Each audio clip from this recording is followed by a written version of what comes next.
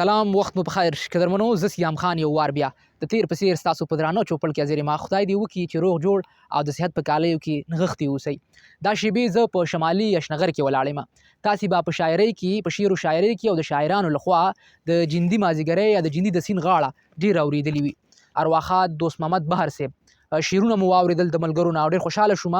او زما هم دغه څو شعرونه تر سترګو کېږي چې دا خپل ظالم غربت مو محبت ته نه پرېږدي، دا خپل ظالم غربت مو محبت ته نه پرېږدي، حالات مو د حالاتو بغاوت ته نه پرېږدي. ګل په شان جانان ته څنګه ووایو چې راشه، دا خپل کچه کورونه منګه ست ته نه پرېږدي. په سر یې داسې جوخت د سرمایي قصاب ولاړ دی، د نوي نسل فکر مې الوت ته نه پرېږدي. دوست محمد بهر صاحب یوازې شاعر نه و، یوازې استاد نه و، بلکې د دې شمالي اشنغر یو تکړه، ځیرک او پیاوړی اواز و. تل یې د مظلوم لپاره غږ جګ کړی و، که د شعر د لیارې و، استاد په شکل کې هم خپله دنده پر مخ وړې وه. یوه یادونه باید وکړم چې دوست محمد بهر صاحب به د شمالي اشنغر د خلکو په ذهنونو کې د همیش لپاره چورلي او د هغه یادونه به تل پاتې وي.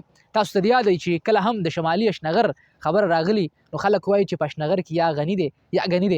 نو شمالي اشنغر ډېر تکړه، ځیرک او پیاوړي غږونه پیدا کړي دي، د شاعرانو په شکل کې، د خبریالانو په شکل کې، د وکیلانو په شکل کې، همداسې د نور د ژوند د بېلابېلو څانګو تکړه تکړه خلک یې رازیږولی دی. یوه یادونه باید وکړم چې دا شمالي اشنغر هغه ځانګړی مقام لري چې څنګه چې مې په پیل کې د شاعري د خپرونې وویلې چې شاعران محترمین په خپلو شاعریانو کې اثبات دي، دا یو ځانګړی مقام لري. خلک راځي دلته د تفریح لپاره، د فامیل سره ژوند یا ساتیري لپاره دلته راځي.